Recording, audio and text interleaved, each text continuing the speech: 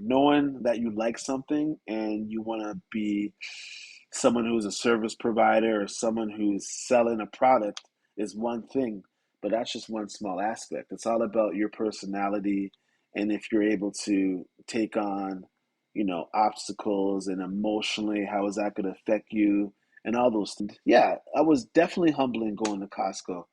I was just, I think I was a packer. Yeah, I was packing and that's my role. So I'm seeing people from the club, people from the community, because I'm known. They're like, "Yo," I'm like, "Yeah, I'm here, man.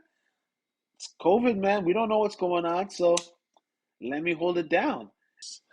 So we've always spoke about just having a fresh mind, having a mind that is clear, and my parents never had, counseling or a professional advocate. But we as a family spoke a lot about everything. So I think just on a level of communication, it's important. Yeah, we limitless. Yeah, we limitless. Yeah, we limitless. Yeah, we limitless. Yeah, we limitless. Yeah, we limitless. Yeah, we limitless. Yeah, we limitless. Let the cease the day you gone, then you benefits. What's up, Limitless? My name is Rafael. This is for the first time we're doing it remote. Usually we do it physically. Today, with me, I have the privilege of having conversation with Coach Randy. We've known each other for quite a while now. I think it's about what 13 years or something, since like 2009, Yes, something like that, it's been a right? while. So he has a company called Running for Your Life, where he trains people how to run, whether you're a runner or any kind of athlete, basketball player, football, doesn't matter what it is. It will give you, it builds you up to be the best runner that you can be. He also have a running club, I guess. It's called Gazelle, which he's wearing the hat right, Hmm. currently. So Yes. we're gonna have a lot of conversation with him, regarding his, his business startup, how he got there, and his life story, and concerns and achievements and all that stuff. So, Sure. Coach Randy, thank you for being here. Thanks for having me. Pleasure. Shout out to everybody It, out it there. is, yes, Yes, sir. sir, man. Definitely excited to be with you guys tonight and get into the business and talk about everything that everybody needs to know, entrepreneurism, Awesome. the whole shebang. Yes, sir. Yes, sir. Awesome. I'm really excited to, we've been planning this, for a long time now, Yeah. because of work, and that's the beauty about it, having your own businesses, like, you're busy, busy, busy, busy. Yeah. So Yeah. I really like it. That's nice. And Hmm. I've been following you on social media, and I've seen you when, you didn't have that much on social media. You've been training, and including your daughters, and through school and everything. And then now I've seen you, doing it in a multitude of kids everywhere. So, before we begin, I just want to for you to tell us a little bit about yourself. Sure. Who's I usually ask people, instead of, what do you do? I say, who are you? Right. Who's Coach Ryan? Right. So who's Coach Randy? Well, Coach Randy is born Canadian, born in Canada. Background is Caribbean parents, so parents are from Grenada. Born and raised in Scarborough, so shout out to all my Scarborough people. Yes. And yeah, being in the whole sports world for a while. I've been an athlete since I was young and had some good experiences and success as an athlete, and it helped me get to a level where it was paying for my education. I got a scholarship. I went to the world-renowned UCLA, University of California, Los Hmm. Angeles. So I went out there on a full scholarship for track and field. That was my main sport, even though before the whole UCLA experience, I did pretty much every sport, basketball, you know, all types of sports. Not football, but baseball, soccer, badminton. I even did some ballet. So I did a lot of sports when I was younger. And oh, Nice. yeah, I did ballet too. Nice. I was pretty Nice. diversified. Shout out to all my ballet Wow. people out there with the light feet. So Yeah. I thought it Yeah. was a good experience. So yeah, track and field was my lane. I was good at all the sports, but what was my talent was running and speed, and I was a sprinter and had some great success and went away to school for 5 years and did my thing and here I am working with athletes right now and the platform is through running and we've been doing a lot of different athletes, as you mentioned, sports wise, basketball, hockey players, tennis, baseball. Our motto is the better the runner, the better the athlete. And that's Mm-hmm. what we focus on. We focus on the running. We believe that's the common denominator that links most sports together. And if you enhance your running capabilities, you'll be able to be a better athlete overall. And that's what I've been doing. And that's what I've been branding for the last few years. Awesome. So, how did you get into it? Now, is it something that you were just passionate about? Eventually, figured it out, or how did you exactly you started The the business. like whether did you get into it or the business side of it? Yeah. So I got into it, and a lot of people who knew me and know me from my past experiences with track always, asked me if I'm gonna ever start coaching and doing the athletic thing. And I wasn't really, ambitious to do it. I actually stopped doing track on a bad experience. I had an injury when I was at school, my third year at UCLA. I kind of tore my hamstring. So, I left the Mm-hmm. sport not happy, a little bit jaded. So I wasn't trying to get back into it at all. But, had two kids who were young, my son Zion, my daughter Selah, and they were aware of, me doing sports, and they knew that I was a track dude, of course. So they were curious to do track and field. So, eventually I started up the company. I got a grant from the government, the Ministry of Labor, Ontario. I got a grant. We actually had to do a little bit of a Dragon's Den presentation, and I was one of the few that was chosen. And we had a nice 3 month scenario where they kind of mentored those who got into the program, and that's how I started the company through some great funding and a lot of support from the Ministry of Ontario and the ministry that dealt with the labor and the grant money for this program. And since then, that happened in 2013, about 10 years ago, and still thriving. Awesome, awesome. Is your daughter still running? Yeah, so she's still running. She actually ran yesterday at a Nice. high school meet in Durham. So she's getting ready for a Yeah. big meet next week. The whole OFSA experience begins next week for her again. So she's still running. My Yeah. son's still running. He's on scholarship at a school in New Jersey for track. Oh, Yeah, so he goes nice. to How old is your he's son now? 21. Yeah, yeah, Yeah, wow. You had them early. yeah, I guess so. You don't look like you have a 21 years old son, Yeah, man. man. That's that time Yeah, flies, time man. flies. Time My daughter's flies. Wow, wow, 17. wow. Older one, Yeah. Zion, he is 21, and I have a 3-year-old right now who's into running around.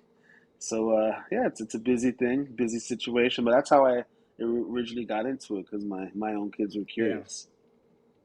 Okay. So, and then right after you started business, when did you start your running club? Is that a recent things So or that it was was part of the package. Like the sports performance okay. company was called Running for Your Life, and I had various programming and services linked to it. And the track club was probably the biggest program that I had success in due to people knowing me from my past experience and being successful myself as a track and field athlete.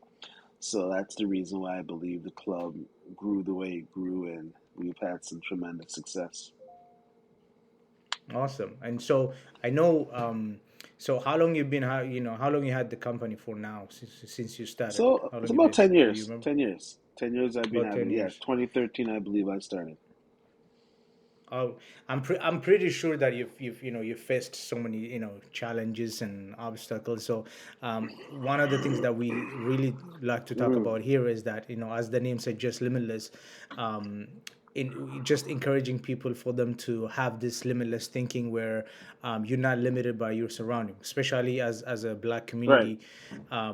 We have so much obstacles. We can even use it as an excuse Sure. sometimes. So I like to ask people some of the the challenges that they have coming up and some of the problem that they Hmm. had, and especially now you can even refer to recent pandemic that happened in Sure. 2020. So many business just went belly up, and then you're still surviving, Yeah. you're here. Yeah. So share us a little bit of some of the biggest challenge that you will say people can take away from your business, starting your Hmm. business, and then continuing and staying persistent and so Sure, on. for sure. So I was always an entrepreneur, had that entrepreneurial spirit. So even prior to me doing my business right now, I was doing, entrepreneurial scenarios. I was a financial advisor at one point. I also did music. I had a hip hop group that I was involved in, and we created our own, Hmm. musical company. We had our own independent label. So I've had experience in that marketplace. So doing what I was doing with the Running for Your Life campaign and my new company, it wasn't that difficult to start it. I obviously had some great financial support from the Ministry of Labor, and based on my experience doing what I was doing with the other businesses I was involved in, I think it was actually pretty seamless. Challenges in general, I think some of the challenges I faced with just other competitors in my genre of what I do for business.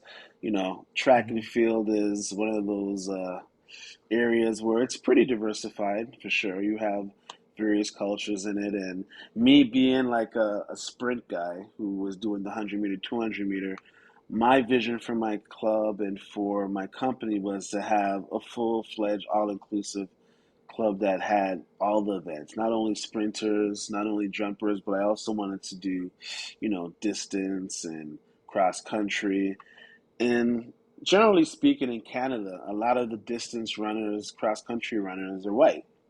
So, you know, when I started to really push in that area, there was a little bit of a drawback, a little bit of hesitation, I believe, from some of the clientele who didn't know if I was capable of coaching in that area.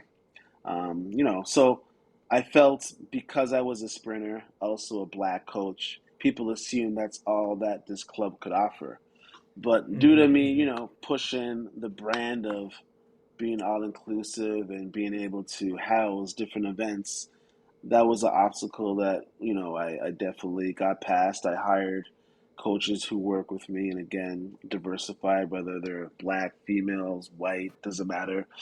We get along with everyone over here. So because of me putting in place different pieces that reflect, the athletes that I'm trying to get and the type of atmosphere I was trying to create, eventually I started getting those type of athletes who do events like cross country and long distance.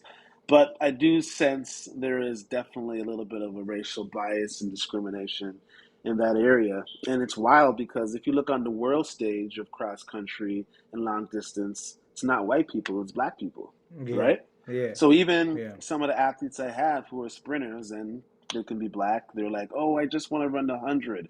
And I sometimes say, "Why don't you try another event? You're probably going to have more success in maybe the 800."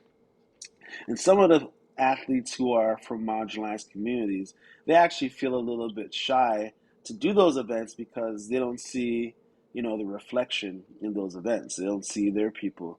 So that's something that I'm trying to break and have a better understanding from the youth that it doesn't matter, what color you are. You can do whatever event you want. It's up to you, right? Yeah. So that's something that I feel is a continuous, obstacle, but it's nothing too crazy, and I've definitely been able to get past it. Um, Outside of that, you know what? It's been a pretty smooth experience, to be honest. I don't have any huge trials and tribulations of what I've been doing with the business. To be honest, it's been pretty smooth and a lot of support from the community, and people like what we do over here, and we've been pretty successful doing it. That's awesome. And when you're talking about, um, as you said, people not trusting you, coaching a different events, it's like similar to like NBA. So you have the majority of players are black, but you have majority of coaches being white, and Sure. some of them never played, right? Right. So you have that limitation, of people assuming, which is the stereotypical of like if you're successful in a certain area, and they will just give you the same paint for everybody. Hmm. So um, saying that. When you are like, for example, like talking about the athletes that comes to you, um, do you believe that it's a community problem where because we're good in one things, that everybody gets pushed to do that one thing, as you said Hmm. earlier, which is like doing the 100 Right. meter, even though the person has the ability to do a lot more. Sure. Oh yeah, it's definitely a community problem, and it's probably just a problem of not being aware. You know, track and field is popular, and if we're continuing on that Hmm. lane, it's a popular sport, but it's still to me a subculture sport because it's not really on TV. You know, when you have other sports such as basketball, baseball, football, hockey, those are sports that's pushed with heavy advertising. It's on TV, you know, all the time. Track and field may be on TV once every 2 years if there's the World Hmm. Championships, once every Hmm. 4 years if it's the Olympics. So there's lack of understanding and awareness. And, you know, a lot of people follow what they see. And yeah, you turn on the TV, you see a lot of sprinters, and it's the most marquee part of the event as far as track and field, the 100 meter, the sprint levels. So the other sports don't get a lot of shine. And I just feel because of those reasons, and of course, culturally, you know, a lot of the younger athletes don't see, you know, a black guy or a black girl doing distance in Canada. They gravitate to the sprint. To me, they just got to get some experience and have somebody who's able to show them a path that's different. And I try to expand, you know, the events to everybody. And we've had some great, successful black long distance runners in our club. A few of our girls received some major scholarships in the U.S. by being, you know, the top two, top three in Canada, and the 800 Hmm. meter, for example. So I always push distance to everybody, and not just a black and white thing, but I want them to understand that they don't got to be limited in thinking that, oh, I'm black, I should just do sprints, because that's just ignorant.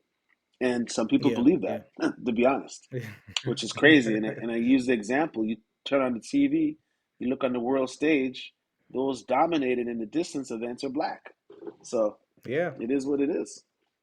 Yeah, yeah, and that is true. So doing that, like, and you know, I don't know if I'm not knowledgeable when it comes to this field, but I've never seen a lot of people do what you do, which is training other athletes like different arena, whether they're football player, Mm, soccer player, teaching them how to run, and that's one thing I saw. It was unique for me. I right, don't know if it's something that I'm not educated on that one. right. Talk to us how you got into it. Did you start from right away? Teaching different variety of people, or you started with the track and field and then you expanded your way to different athletes to teach them how to run? I actually did it simultaneously at the same time because I just used my Wow. own experience. Like when I Yeah. was younger, you know, I played the soccer, I did, you know, the basketball, I did, you know, badminton, I did all these different sports.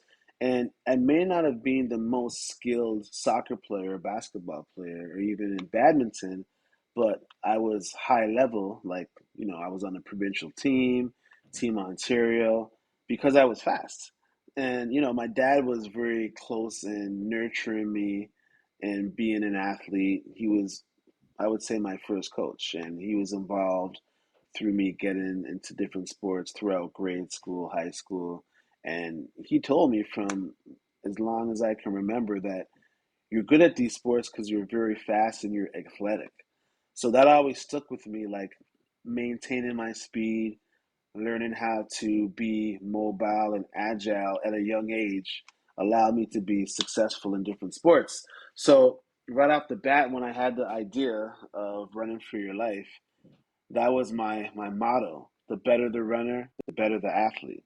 Because whether you're, again, a soccer player, a football player, lacrosse, rugby, 99% of these sports you have to run, you got to move. Even swimming, a lot of swimmers, there's a correlation between great swimmers and great runners. And a lot of kids who I've trained who were swimmers or runners, they were good at the other side of the sport. So Yeah. right off the bat, I started focusing on just showing kids the running mechanics, learning how to run. And I think I was one of the pioneers, at least, you know, recently to focus on this. I'm sure I'm not the first coach to do it, but because of me and my branding and my marketing background, I really put it to a forefront, and it definitely caught fire, and it's being pretty popular. And there's other people doing it now, trying to do it, and you know, it's not like it's a magic recipe, but you Yeah. know, I have a different and a certain style of training that's been very successful, and people have seen the success, and I think that's the reason why we grow. And yeah, I'm a cool cat. I'm cool with everybody. Doesn't matter if you're black, white. Everybody is very comfortable on my style of coaching. So you'll come to a place like mine where it's a diversified group of athletes. It's not just white, not just black, not just Chinese. Yeah, It's yeah, everybody. yeah, And you sometimes see with certain coaches, they may be white and their club's white, or you may see a black coach and all his club is black. yeah, Ours is yeah, pretty diversified, and I'm happy about that. And I think that's yeah. what attracts people because it's all one love. It's all about just why are we here? We're here to get better. It doesn't matter who you are, what your background is. It's open door, all inclusive. That is awesome. And how did you come up with the name? Because I every time when I see, I kind of want to laugh because "Run for Your Life" is Yeah. literally it's like for your life. Yeah, for sure. People always laugh at the name sometimes, and they're like, it's original. And when I'm calling someone, Yeah. it says on the phone, running for your life. They're like, who is this? What's this about? And you know what just came to me? Tracks being part of my life and running. So it's Yeah. connected to my life cycle and my legacy. And I wanted to create a company that is a mirror that reflects that, emulates that. So we're literally running for our life. We're literally trying Mhm. to be better and go to the next level of, learning and progression and potential. And it's all connected. And it has a nice ring to it as well. So, you know what? I Yeah. thought it made Yeah. sense. Yeah, so when I was reading it, like from the time that I started following you on Instagram, Sure, and I'm like looking at it, and I said it's a play with word, which is like run for your life as an athlete, but at the same time also to keep your health and preventing you from being sick or also dying and all that for stuff. sure. So I really like the name. Um, when it comes to the business aspect, and I always why what I want to focus is the fact that when it comes to our community, um, when someone starts a business, whether you're an entrepreneur, in it's not a common thing, right? Sure. So recently it's expanding, especially after the pandemic. Yep. A lot of the black community started having their own business and stuff. So what is the challenge that you have from your own community? I know there's people who will discourage you and say like, oh, that's not gonna work, Right. especially when they were like, oh, running, really? Like, what are you gonna do? And like, are you, some of them was like, well, you're gonna chase around and Right. things like that. I know there will be comment. Hmm. How did you push that aside, from discouraging you? I know Hmm. there will be a lot of word coming from everywhere, Sure. and then which is the most painful one would be from the closest ones and from your family, and then telling you Yeah. like it's not gonna work. So Right. how did you push aside for you to say, this is what I want to do, and then I know it's gonna work? Right. Because I know you as an entrepreneur, you have to see the ending before you start, right? Right. So Right. how Right. did you how did you accomplish that? So I was very confident with the business model. I had a business plan, and thankfully, the mentors that we had through the Ministry of Ontario and the Ministry of Labor, they allowed us to create a business plan, and we kind of had to make it from the beginning to the end. So as you stated earlier, even before we started, you guys see the end. So everything was Yeah. planned out. And as far as just our community, black community, those from the marginalized side, I never had an issue from them as far as the support. What I feel happens, and it still happens to this day, is because I'm black, some of our peoples may think I'm asking for a favor for their athlete or child to join. And sometimes they don't see it as a business. They're looking for a discount right off the bat. Or they may not want to pay you up front like everyone else does. Or they want to set up a payment plan that doesn't make sense because they're trying not to pay at the end of the day. And I get that a lot Hmm. from our people versus others who are not our people. Like, whether it's an Asian family, Indian family, white family, they don't give me any issues, usually with money. And not to say all of our people give issues with money, Hmm. but I Hmm. do come across more times than none that they are looking for a corner to cut. And Yeah. because I'm a black man and they're black, it should be a discount or something of Hmm. that nature, which is aggravating and very annoying. just like everyone else, this is feeding my family. This is what I do to put food on the table. So, I definitely know how to maneuver around that, and but I've adjusted to those circumstances. But that used to happen a lot, and oftentimes you would think you start a company, your family and friends would be your first. I never even went into the pool of my friends to get clients. I wanted to get clients that I didn't know. I wanted to get just people from the public, the general public. And that's where I kind of focused my advertising, and I saw where my footprints would be. And, I was blessed enough, lucky enough to have success doing that. But I know some people who's done the entrepreneurial route, they've had a hard time because they're trying to focus on family and friends, and we all know how that goes. Sometimes the support's Mm-hmm. not there.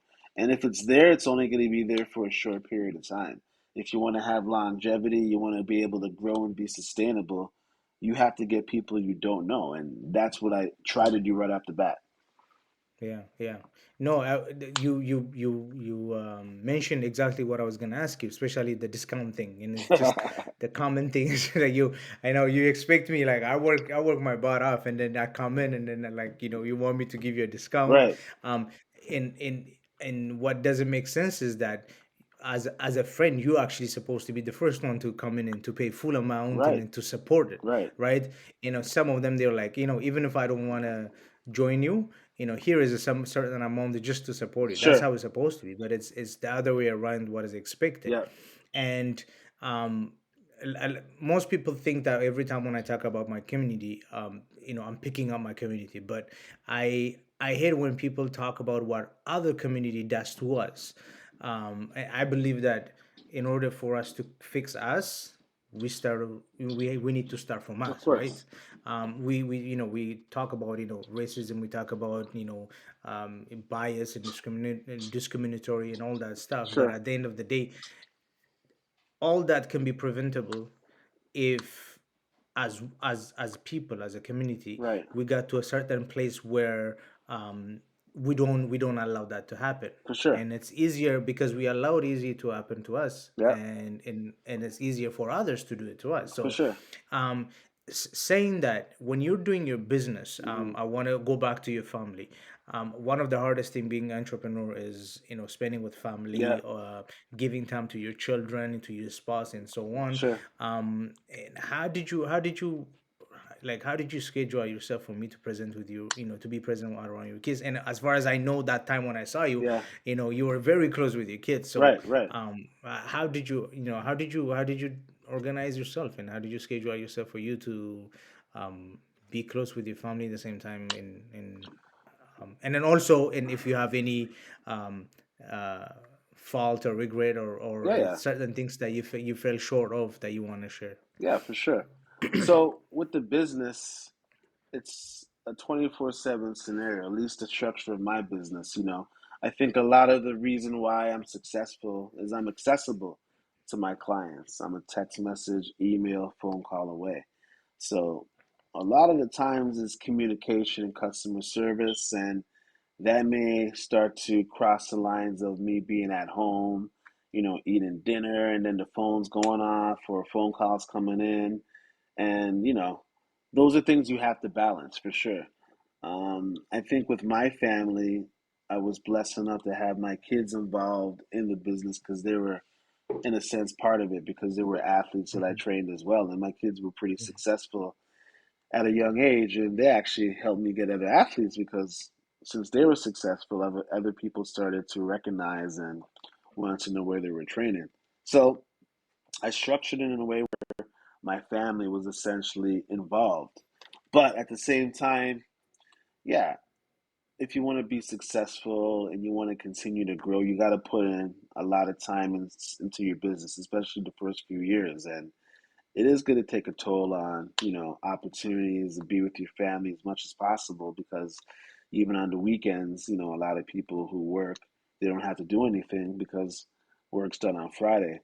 But Mhm. with my business, it's 24/7. It's every day. We're training on the weekend. There's competitions on the weekend, things of that nature. So Definitely, there's been, times where the family wasn't 100% happy with me not being completely engaged in what's going on in the household at the time because I was building my business. But they were also still involved because, my kids were part of the club and part of my company as far as being members. So it was a balance and it's still very tough. I mean, it's always busy, there's different cycles of the business that's busy versus not as busy, but you got to have someone who believes in you as well and they understand the struggle and what it takes to be successful as an entrepreneur. So, I've been blessed enough to have, people around me who understand the concept for the most part and are supportive. But yeah, it definitely takes a toll. It's not for everybody, it's not for all the families. Some people can't have.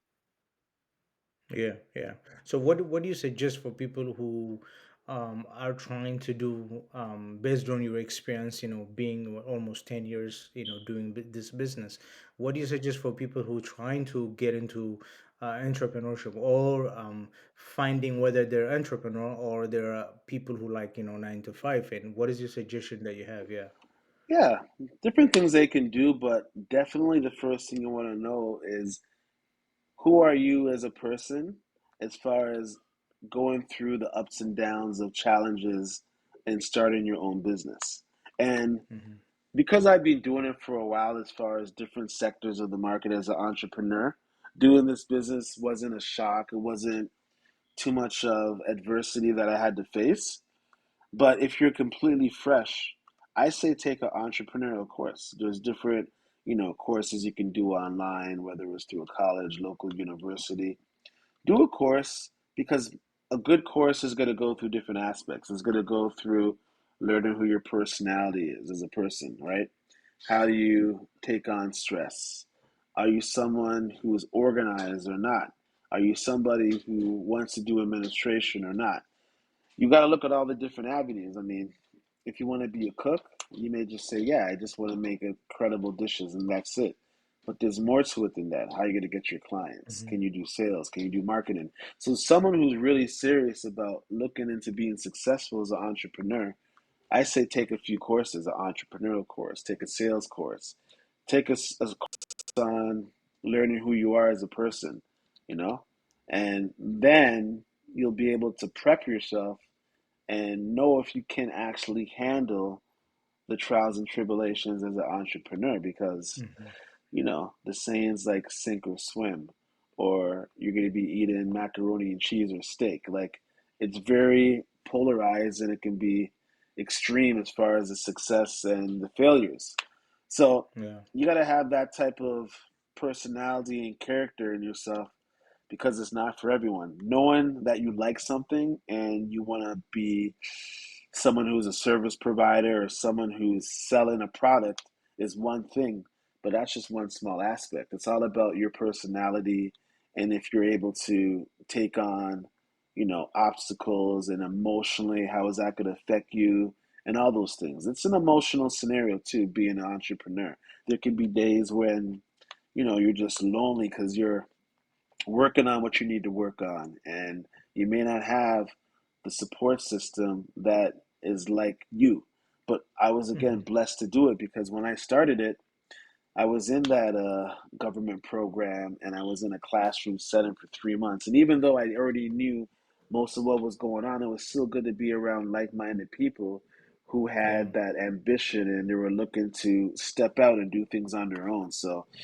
you need a lot of support, definitely. And I say take a course that you can get better understanding before you jump in there and do it. That is a really amazing suggestion and advice. How did your business either change you or taught you, coming up in this 10 years? And as a person, what changed in you doing this business, and whether it's a character wise or whether maturity wise? And I know you meet a lot of people, Yeah, a lot of right. parents, a lot of clients. Doing this, what is, the one thing that you say, or few things that you say that change you as a person into the better? Well, you definitely meet a lot of people in the business that I do. You're working with younger kids and definitely younger parents. So you're working with people who are sometimes uncertain of what they're getting themselves involved in when it comes to sports, right? And a lot of parents, they want the best for their kids, obviously. So I've learned that you have to take parents, one word at a time. You can't believe everything you hear, and you got to Yeah. understand that they're very concerned about their kids and they're very emotional and sometimes illogical when it comes to their kids, right? Yeah. And I've seen a Yeah. lot of extreme scenarios, and at first, it was kind of shocking to see how aggressive some of these parents can be. Give us an example of some of the stuff You know what? that There's a lot of wild stuff I've seen. One that kind of hit home and actually made me a little sad is I had a great athlete in the club, this young lady, yeah. and the mom was really involved, and she was sometimes impatient in the development of her daughter. And I always told the mom, we're working on development. We're working on, puberty that happens with kids, different strength Yeah. levels, Yeah. different development. So you got to be patient. And sometimes the parents are not patient. And, this parent, took the kid out of the club. They went to another competitor, which is fine. It happens. But it really destroyed the kid's hunger for the sport because she didn't want to leave. She was happy with the environment that she was in. And because I wasn't, I would say a yes man to this mom and kind of bowing down to whatever she was suggesting, she wanted to kind of do her own thing and took her out. So, the parents want things so bad, they sometimes want it more than their kids. And they kind Hmm. of destroy the vision and the purpose of why we're doing it for the kids. So Yeah. it's very interesting when you're dealing with parents and kids, especially with sports. Sometimes the parents are living their life through their kids, whether they used to be successful as an athlete or they weren't at all. And now they want Yeah. to kind of make up for their bad experience and what they were doing. So there's various. For the dream that didn't end. Exactly, exactly. And yeah, Yeah. it's a Yeah. delicate topic for sure, delicate subject, and I see different things every week. And I try to just kind Do of you? sit back and let things flow naturally. And I just tell the parents, I'm here to help out. I'm here to guide your kids and you guys to the best place of success. And, with my track record and my own personal success, usually they trust me. So it is what it is. Do you? Do you get those parents who bring their kids for you to coach, and then they want to coach you to coach the kids? Yes, that happens all the time. No. That happens all the time. You'll see a parent actually coming onto the field and they're trying to demonstrate to the kids what I'm trying to show them, and I'm just like, you know what? Just go back to the seat. Let us do our thing. Why did you bring it here, Yeah, right? yeah. Let us try and see what we can do. But yeah, it's always very aggressive with parents, and it's always very interesting. But they all mean the best. They want the best for their kids. They just gotta have patience, right, and have trust in Yeah. whoever they hired to coach their kids. Yeah. So what do you say? Because looking at all this, so you also see how other parents parent kids, right? Especially when it comes to in public, and then coming across. I'm pretty sure that some of the kids open up to you as you're coaching Right.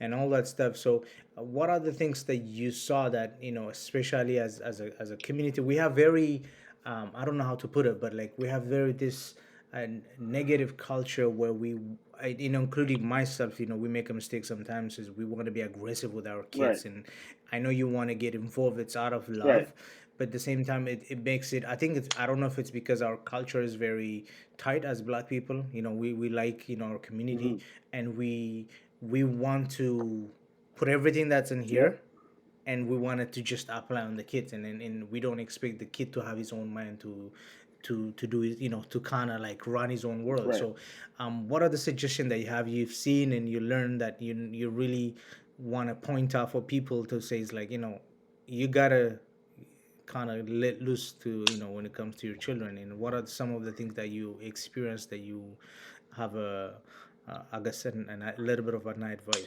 Yeah, I think it comes down to just relationships and how people feel comfortable with whoever they work with and trust, right?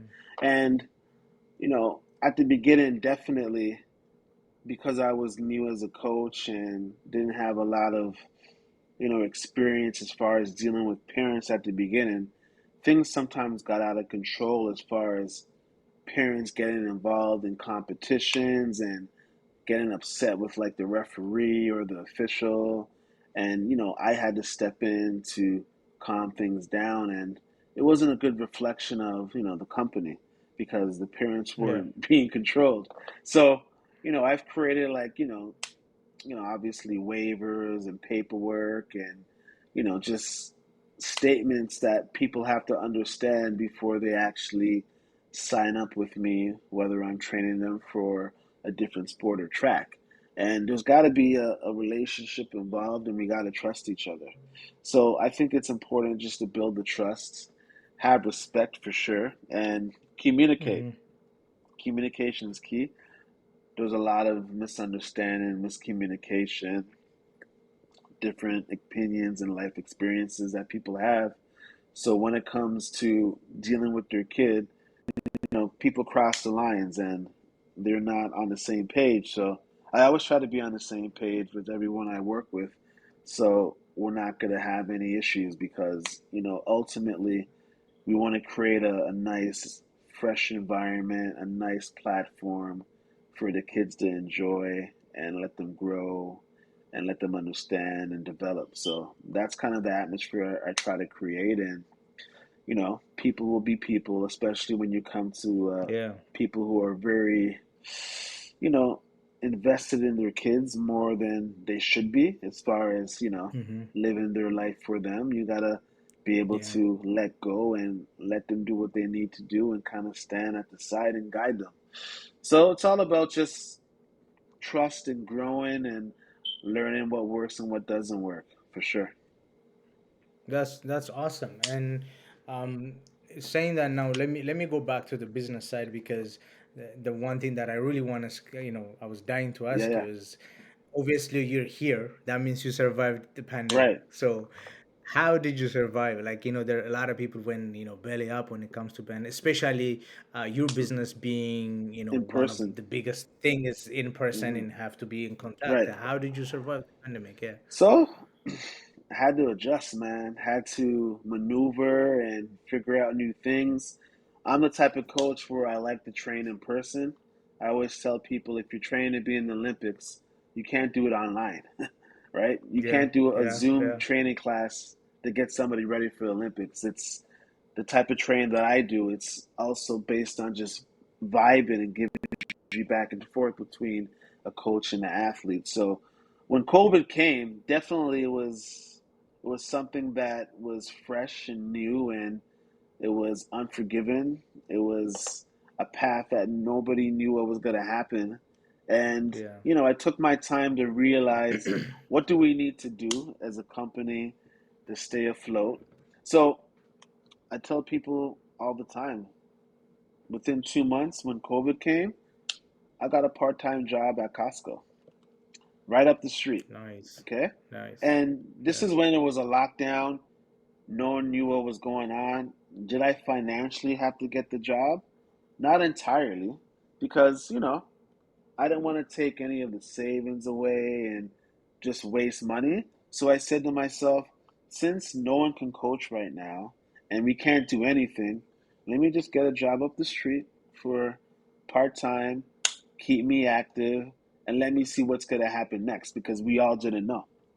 And once we started getting an idea what was going on with COVID and some of the programs the government was providing for entrepreneurs, I definitely tapped in and I applied for them and I was successful in getting a lot of grants, thank God, to keep me afloat. And I started doing the online training with some of my coaches, and we created a nice online platform for some kids in the club and some kids who still wanted to experience development and with their athleticism. And once we got a better understanding of COVID, then we started training outside. nice open space. We practiced the social distancing, and we began building the program again in a safe environment. And, we were going back and forth with the lockdown, then not lockdown, then lockdown, then not lockdown. Mm-hmm. So Mm-hmm. during the wintertime when it was crazy, we stayed outside because essentially you weren't allowed to be inside in close quarters and train people. That's why Yeah. all these gyms were Yeah. closed. So we started just training outside. So we were outside -10, -15. I brought a shovel to the track. I shoveled it. Some of the parents helped me, and we were training outside throughout the lockdown. And it was a environment. There was no issues. Sometimes you have the BIA officers coming by, the police, and we never had any type of issues with that. So because of that, the company was staying afloat. Obviously, wasn't as many athletes as you wanted, but due to the fact that I tapped into the funding system of what was there for us, for entrepreneurs, I did the online marketing. I was at Costco for like 6 months just to build and maintain. That's how I survived. And I just kept on maneuvering and not staying in the same lane. And the online piece was important. But I think even more importantly than that, people were willing to be outside, even though the weather wasn't great, to train because parents are like, you got to get outside and get some fresh air, go check Mm-hmm. Coach Randy. And the market actually changed for me because not only athletes that were coming to me, it was people who wanted their kids just to stay in shape, lose some of that COVID weight. So, I was blessed enough to just maneuver, adjust, think out the box. And, we're still here, which is great because a lot of clubs, a lot of sports, a lot of gyms closed down permanently because of what happened with COVID. That is awesome, and it's huge. The fact that um, it shows even for other entrepreneurs that started. The fact that you going back to Costco and humbling yourself and saying like, oh, even though I had a business, I'm still gotta do what I gotta do, and then that just paid off, and then that's really smart, and then that's really humbling for, even for for me to hear from you, and it's awesome. And it tells other people. I mean, even for me, I'm like, this is crazy, this is awesome, like in for you to go back, and it paid off. And then the second thing is like when you're doing it outside, did that even help when on your training? Because I know that it will require a little bit more stamina for people to resist the heat, the cold, for them to do it. As we know, when it comes to working out, and I work out, and so as you, and like things like ice bath and things like that is good for your body. So did it help out, being in a cold and while you were active, and did it change anything when you do that, when you Funny, did that? funny thing is, prior to COVID, as soon as the weather changed and it got cold, we inside right away, right? Like Yeah. end of October, early November, and we're staying outside. Because of COVID, we had to think out the box and we had to realize it's not that bad in November to train outside.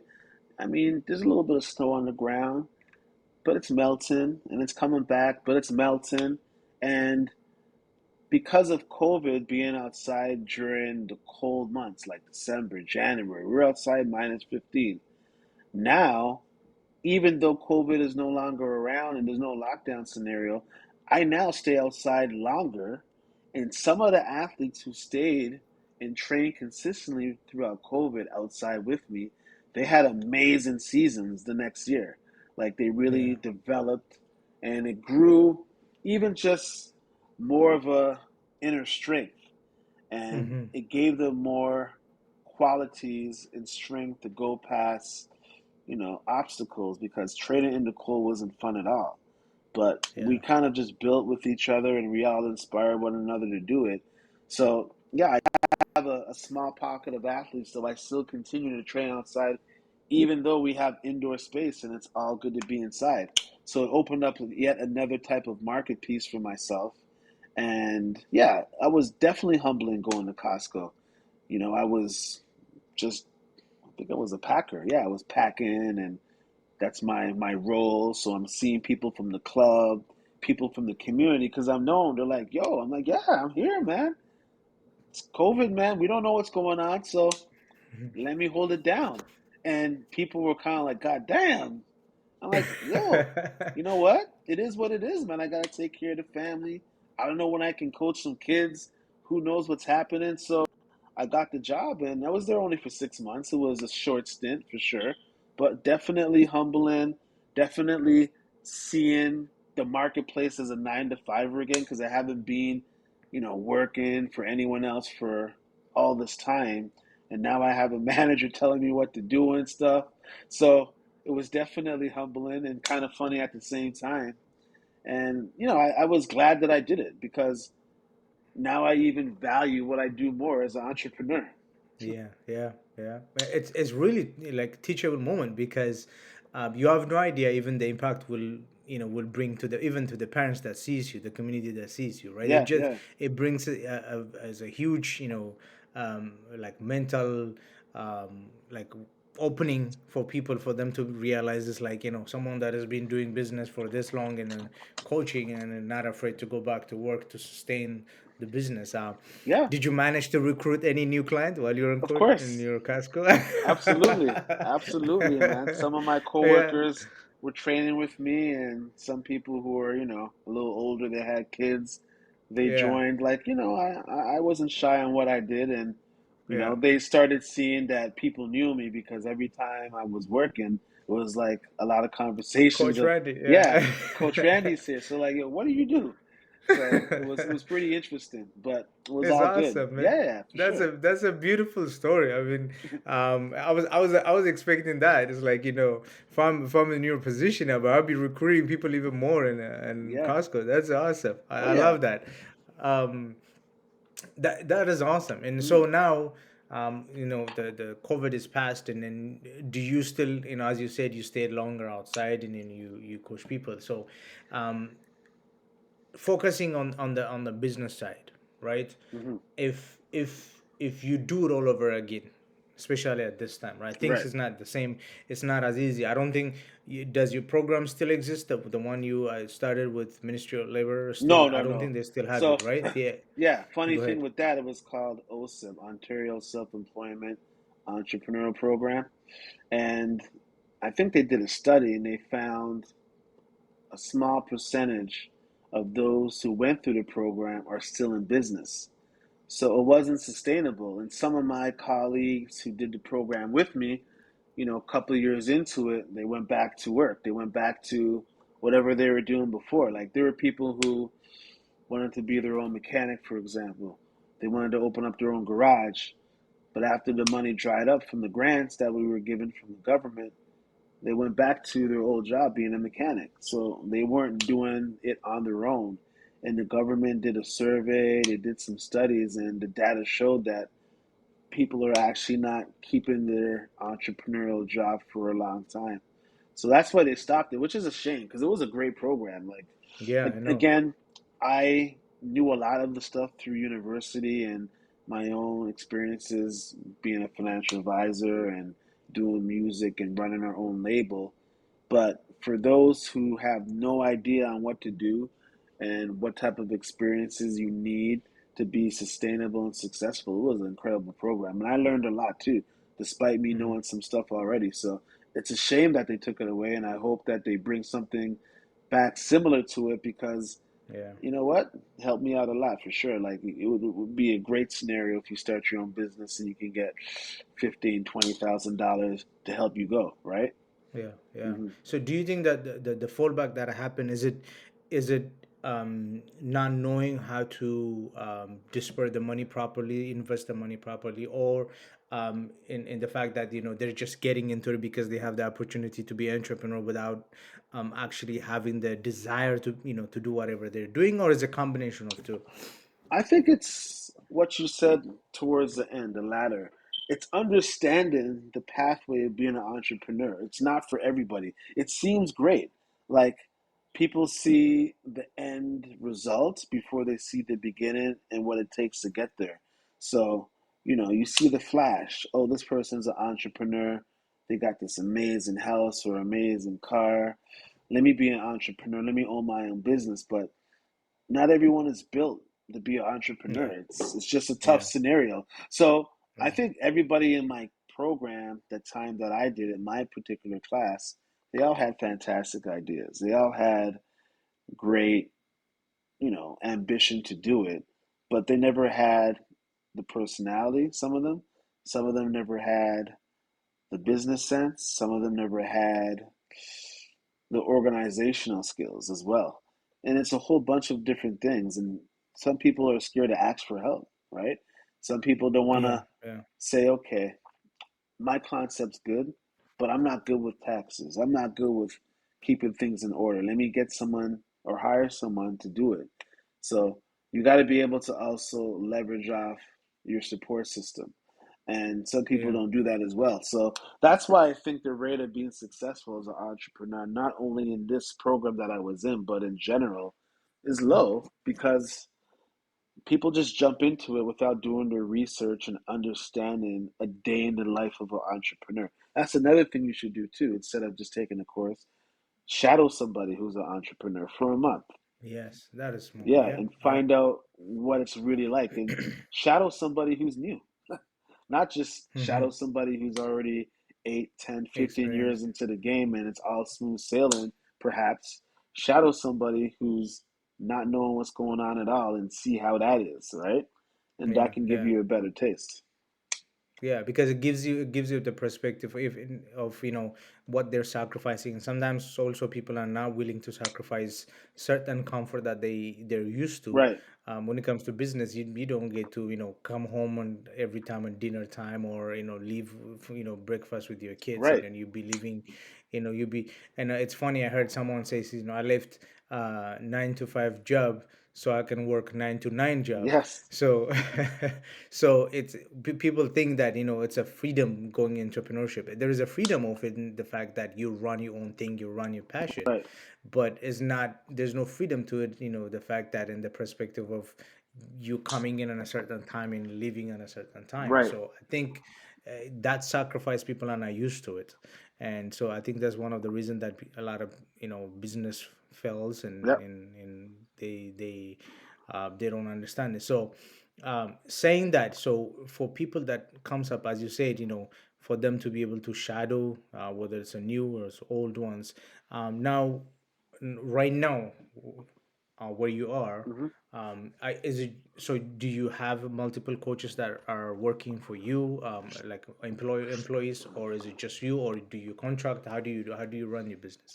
Yeah, so I do have subcontracted workers as far as coaches with me.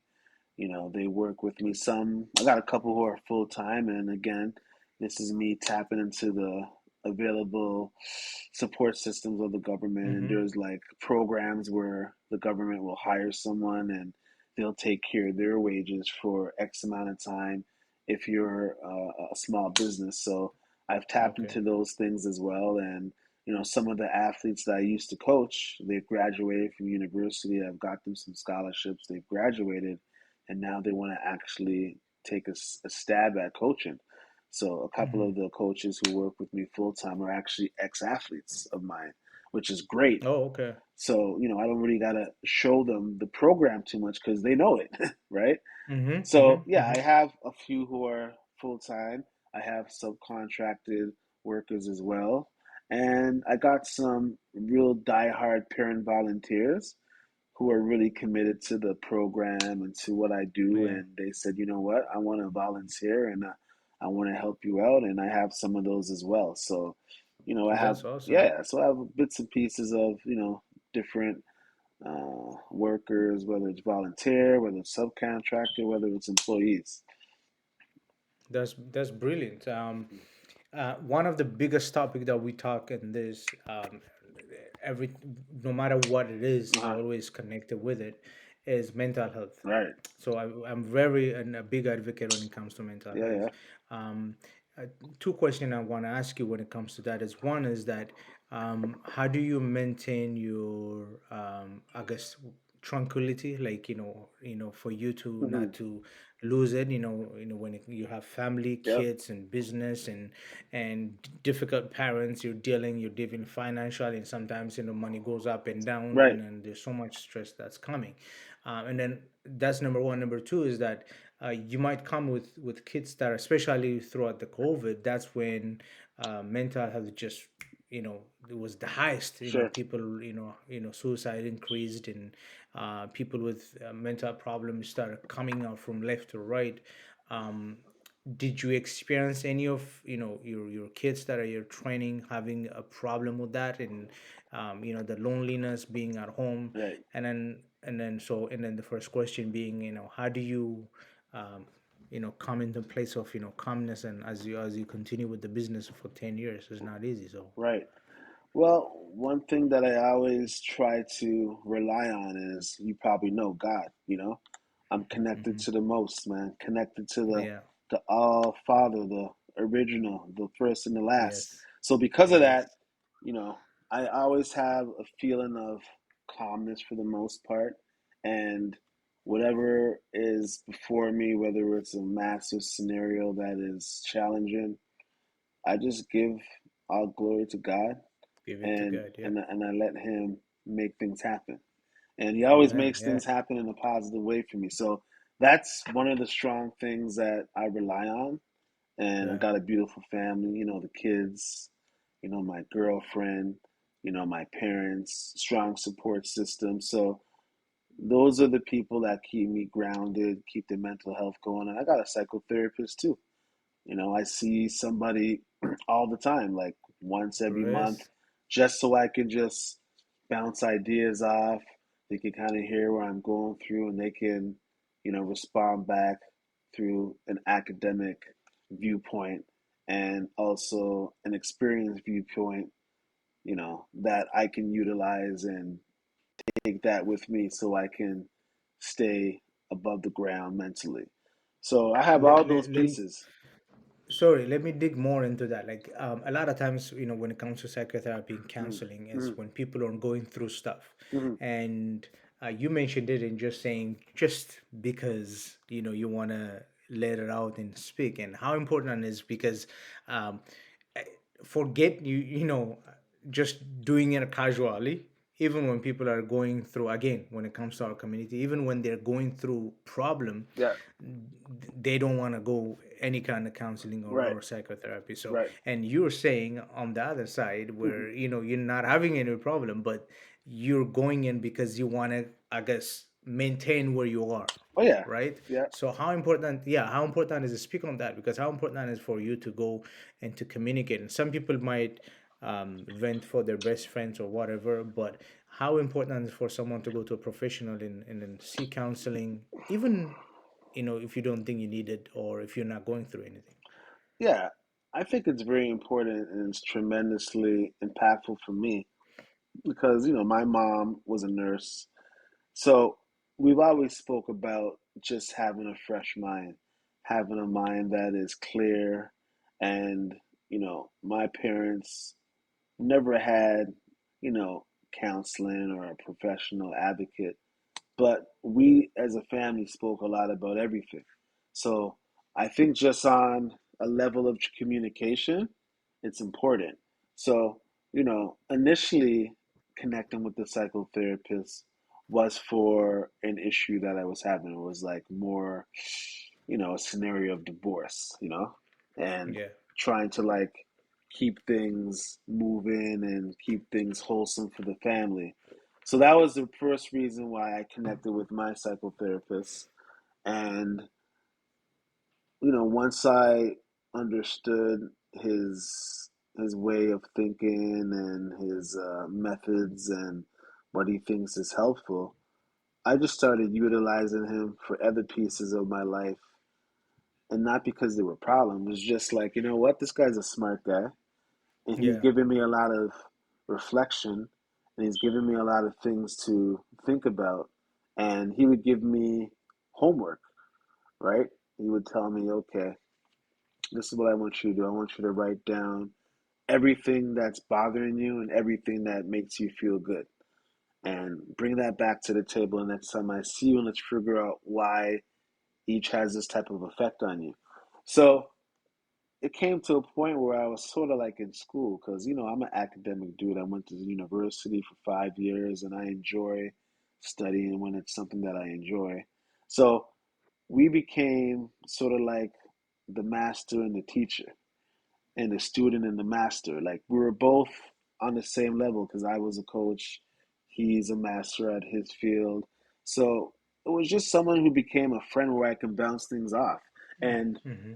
you know, it was a great way of doing it because he's a professional, he deals with mental health. And, for my generation, we probably had a lot of mental health when we were younger as far as people in our era, but we never spoke about it. It was never labeled, and Mm-hmm. now it is a lot.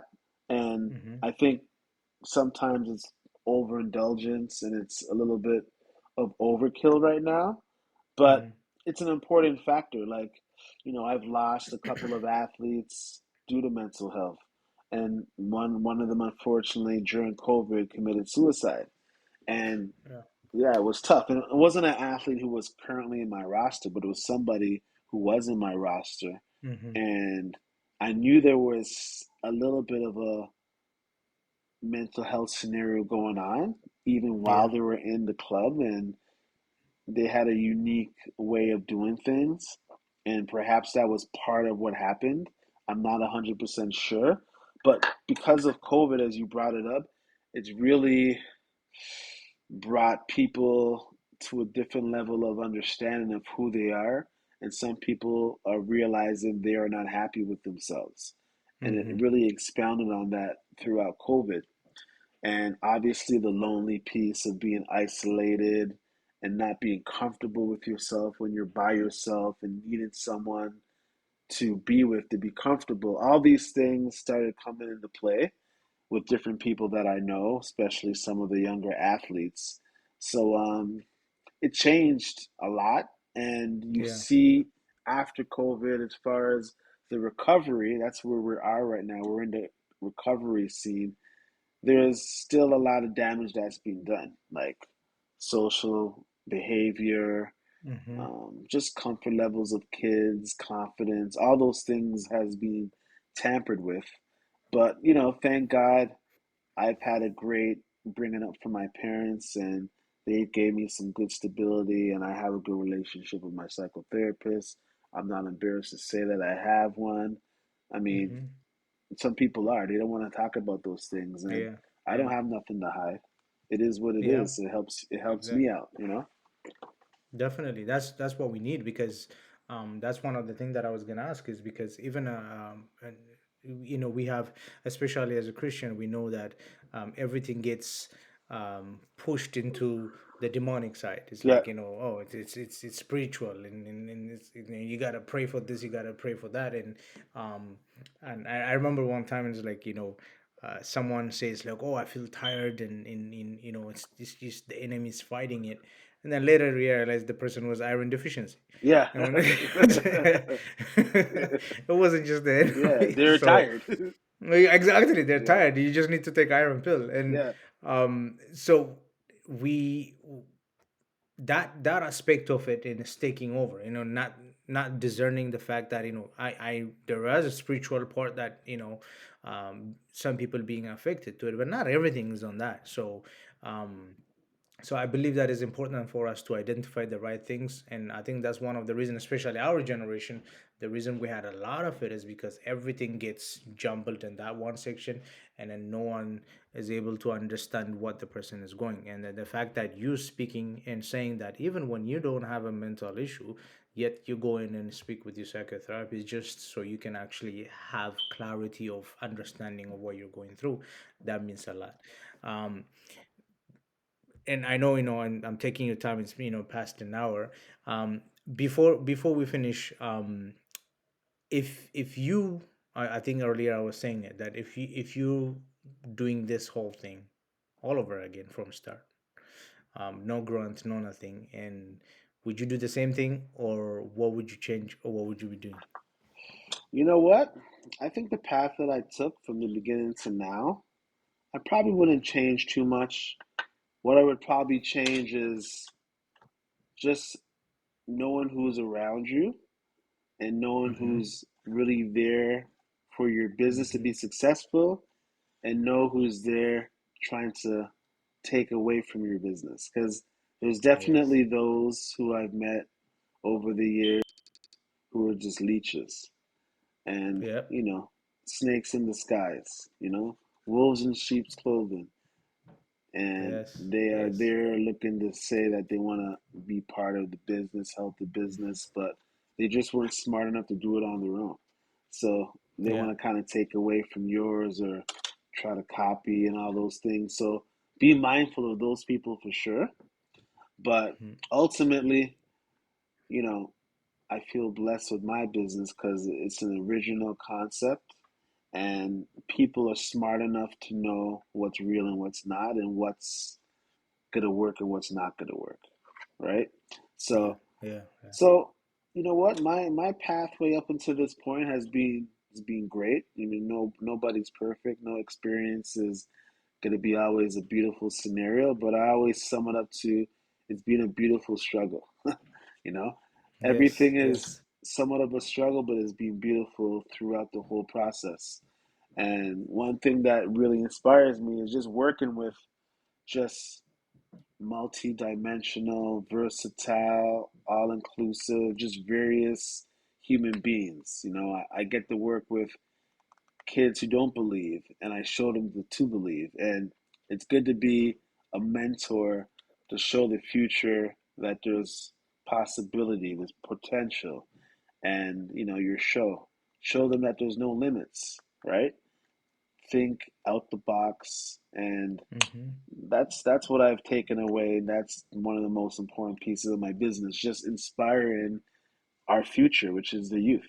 That's the most Yes. important thing. Yes. That's the baseline. As long as you focus Yeah. on that and you do it right, then things will come into place in other pieces. So, that's kind of what I say as far as my pathway up until this point. Always learning, always trying to refine, but so far so good.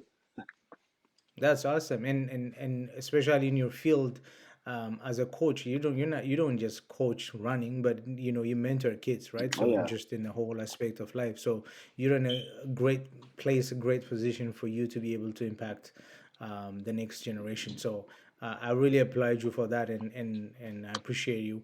So what is your plan for upcoming years in the future, Hmm. both for as an individual, Coach Randy, Right.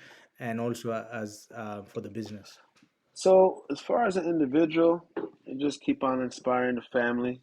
You got to take care of the family. That's number one. Yeah, Making sure the yeah. kids are on the right pathway and just learning and just building and progressing. As far as the business is concerned, I want to expand for sure. I want to be able to have coaches in other regions. So, Hmm. even though I can't physically get to those regions, we can still have things in place. Would definitely love to have a venue of my own, so some property where I can actually train some athletes. I've had some great relationships with gym owners and great partnerships, so I've been very blessed in that area. But eventually, I want to have a facility where I can, build and just expand on the business model some more. Oh, that is, I can't wait for that to happen and for us to have our second conversation Yes, on the spot of your venue. yes, And it will happen. And as we say, you got to claim it, you got to see it before, right. before you get it. So, that is awesome. And, do you, your training, is it just in Durham or is it GTA? Oh yeah, GTA. Definitely me living in Durham. That's the main hub, but we're in Scarborough. We got some stuff in Markham, Mississauga, Yeah. Western Toronto. I have met some great coaches, so I have some partnerships and contracted coaches who take care of some of my athletes in other areas. So yeah, we're all over the GTA for sure. That's awesome. Here we have a tradition where, are you a reader? I do read. Okay, so we and one of the tradition is we ask every person that comes in, Mm, um, either one book that impacted their life, or a book that they're currently reading that they're being inspired by. It can be any of the other. Um, For me personally, I always say there's one book that I always read, that I read long time ago that is still, it holds my number one spot, which is Think and Grow Rich by Napoleon Hill. Okay. Um, and so, what is a book that you read? You can't say the Bible. That's a cop out. Yeah, that's a cop out. You can say the Bible. You Hmm. can't compare that one. Hmm. So, what is one book that actually that you read that you can say that it really change your mind? You know what? I'm an English major, which is wild. So that was one of my main things when I was at school at UCLA. I read a lot, and it was like American literature, also a lot of Yeah. European. So right now, funny thing is, I read a lot of comic books. Nice, Yes, really. I actually collect comic books. I read a lot of Wow. comic books, and um, you know what? It actually expands the mind of imagination. And some people are Hmm. like, oh, comic books is for kids and stuff. No, if you read the right comic book, you can see what's really going on. So, um, I read this crazy comic book. It's called The Preacher. Now, Okay. the author has left me right now as far as the name, but I want you to Google it. It's called The Preacher. Okay. They Yeah. actually had a rendition of it on TV. They tried to put it out for a TV show. It didn't do as well as I thought it should because it's a confusing comic book if you are a new reader of comic books because it's very Yeah. deep. There's multiple different subplots. But that comic book is completely wild. A lot of different things. It's actually a religious comic book. It's a supernatural comic book. It's a Oh, okay. I think I remember now. They I think it was on a show or something. They tried to do A&E. I a think it TV was on show. A&E. Is that what it is? Yeah, Yeah. it was like supernatural kind of. Okay, yeah, Yeah, yeah, yeah, yeah, yeah. I yeah. It's remember. Yeah, yeah. So that comic book is pretty cool, and the impact it gave to me is it had different plots, it had different meanings, but it was about love, which is always a good thing that people can resonate with. yeah, And it was very deep. It wasn't a comic book where it only would appear to like appeal to like someone who's Chinese or Indian or white or black. yeah, It was just past the level of subculture. It was really, really good. It was deep. yeah, And I tell people, you know what? Read this book and it's going to blow your mind. And it's done that many times. The people who's read it and took the time to yeah, go through the chapters. So that's yeah, something that I sometimes go back and read. Obviously, we love the Bible. It's a great, great yeah. book that we always continue to see. Yeah, I'm reading a few just excerpts of just training from different coaches and not necessarily a book, but just, data pieces on training and what's working now and the evolution of coaching and getting athletes in better positions of success. I'm always looking at those materials through online, forums. So, I'm not reading a book right now fully that's like this is what I'm reading, but just excerpts of things here and there. But as far as something that I would quote on this podcast, The Preacher. All That's right, all that right. is the book. Yeah, we'll put the link in the description for people to get it if they want it. And Yeah, yeah, um, it is it's unique. I've never got yeah. anybody that says I read a comic that changed my perspective and it put impact, and I really like it. And this since you like comics, this might break or make us. Mm, So be careful with your answer. sure. Marvels or DC? Wow. You know what? Right now, DC. Ay. Right now. Like I'm a Right Marvel now. guy. I have probably more Yeah. Marvel collections than DC, but Yeah. DC is a little bit more serious, a little bit more my level of reading. Marvel to Yeah. me is trying to water it down for the Yeah. masses. I know Disney Yeah. took it over. So Yeah. it's more for the kids So right I guess now. I should have say Marvels or DC prior to Disney. Okay. I say Marvel Yeah. for sure. Marvel. I have Yeah. a Yeah. lot more Marvel titles than DC, but Yeah. DC's dope too. Like I'm a Batman lover for sure. Batman's dope. Yeah. He's a dope character, very Yeah. smart, no superpowers, but he's all about just adjusting. and manipulating the scenarios that comes before him. So I Yeah, like yeah. Batman. I'm a big Batman fan. Are you just a comic reader, or do you also watch the movies? Yeah, I watch most of the movies. I've seen pretty much all of them out there that's So come. so, And so you're gonna be watching Beatles. It's coming out Beatles. now. Yeah, yeah, Beatles? yeah. With DC. It's called It's an Beatles? ex- it's called the Beatles or Beatles. Like it's basically it's basically the guy with the superpower who had a Beetle superpower, Okay. and it is just actually about to come out soon. So Really? I gotta see it because I haven't heard of that one. yeah, all Yeah, right, maybe that the is awesome. character's new. Yeah, maybe. Yeah. Yeah, I really appreciate it no for coming problem. here, and it was really a privilege talking to you, and it was very insightful, and um, I I try to keep it to the time that I Yeah, yeah. promised, and especially it's night, it's almost Yes, 11 sir. o'clock, and we both have kids and Yeah, family, yeah. so I really No problem. appreciate it. So for those of you who are watching this, if you have children or if you want to get trained, running for any kind of athleticism, whether you're a soccer player, football player, doesn't matter Hmm. what it is. It's called runningforyourlife.ca. Am I correct? Yes. I'm gonna put the link on the description, whether it's on Instagram when we are Yep. linking it up, or on, if you're watching it on YouTube, you're Right. gonna see it. And then as you know, as well, I'll put in his social media for you guys if you want to follow it and contact him Good through that. looks. So I've seen him for the past more than 10, I guess more than 10 years in doing whatever he's doing. He's an awesome at it. um I haven't tried to get my son get into it. He wasn't interested Right. in running. He's MBA, Okay. MBA. So I have little ones, so I will see what they will say. Hmm. So again, No thank you, problem. and I really appreciate it for taking your time and from busy time and to be here. So have a blessed time, and hopefully we'll reconnect again, Absolutely. and then come in and then do the podcast live on your That's venue. right. That's right. I'm speaking it to Okay, come. speaking Yeah, to the actual reality. I like that.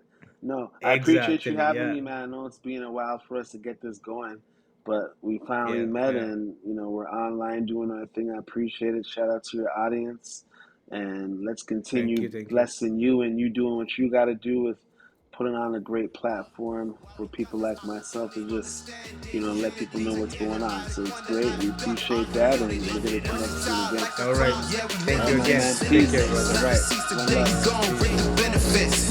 Yeah, we limit, yeah, we limit, yeah, we limit, yeah, we limit, yeah, we limit, yeah, we limit, yeah, we limitless. Yeah, we limit.